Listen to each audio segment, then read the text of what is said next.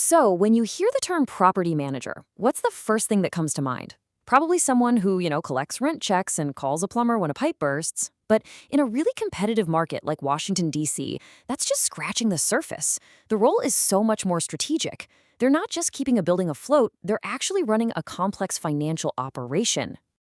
So, what's really going on behind the scenes, beyond the day-to-day stuff? What is their actual fundamental purpose? That's what we're going to dig into. It all boils down to this one super important idea. A property manager's number one job is to understand the owner's vision for the property and then make it happen. Absolutely everything they do has to flow from those specific goals. Honestly, the best way to think about it is this. The property manager is basically the CEO of that building. They are running it like a business, making key strategic decisions to make sure it succeeds, all on behalf of the owner. This means every single action they take has to align with the owner's game plan. So, is the main goal to maximize cash flow right now? Or maybe it's to preserve the building's value for the long haul? Or, hey, maybe the owner is getting ready to sell in a few years. Whatever the objective is, the manager's strategy has to fit it like a glove. And look, to hit any of those targets, a manager absolutely has to master the property's finances. So let's break down the income equation. We'll start with the absolute maximum a property could possibly earn, and then bring it all the way down to what's really happening. Okay, so where do we start with all the numbers? Well, you always begin with what I like to call the perfect world number, the gross potential rental income, or GPRI.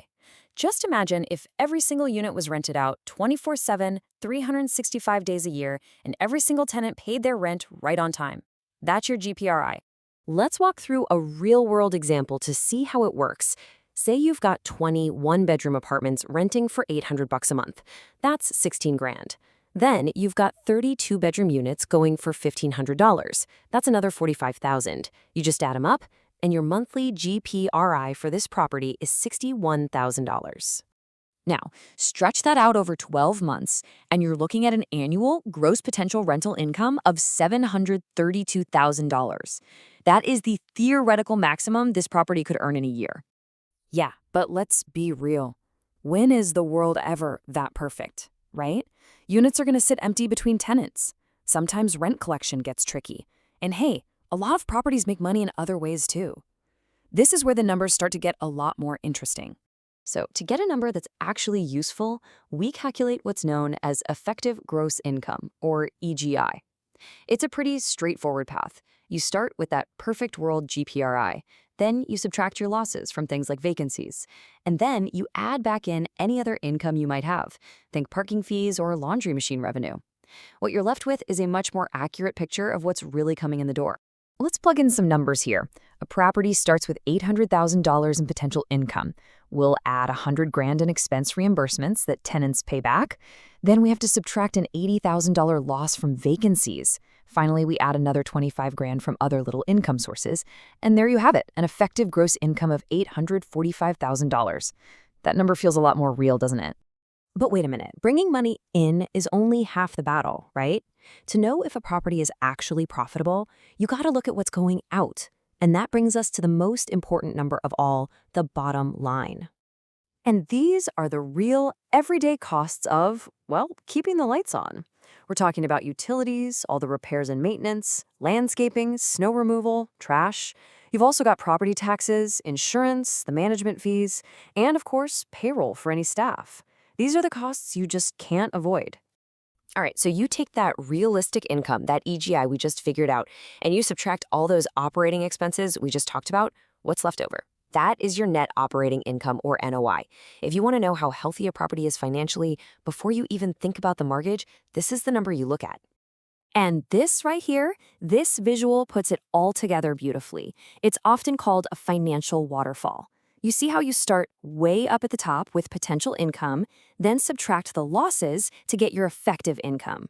From there, you subtract all the operating expenses to find that crucial net operating income. And the very last step, you subtract your debt, like the mortgage, and that leaves you with the owner's actual cash flow. At the end of the day, it's all about getting a positive NOI. It means the property is making enough money to cover all of its own day-to-day bills. It's self-sustaining.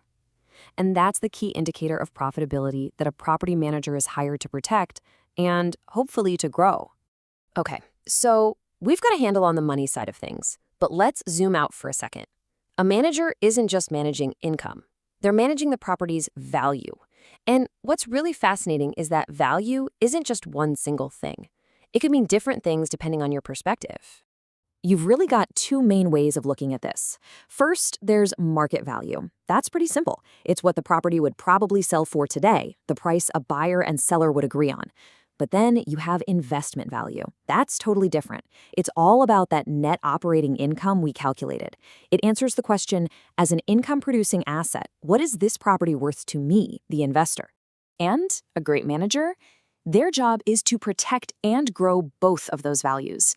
They're in a constant battle against decline and something called obsolescence. That could be physical wear and tear, or it could be functional, like a funky, outdated kitchen layout from the 70s that nobody wants anymore. These are the things that can really tank a property's worth. Okay, so we've talked strategy, we've talked finance, but underneath all of it, there's this really profound ethical layer. When you get right down to it, the entire job is built on one simple thing: trust. And this really hits the nail on the head. When all is said and done, managers are caretakers. They are stewards of someone else's huge financial asset. This isn't just a job, it's a massive responsibility. And that sense of stewardship has a legal name: fiduciary duty.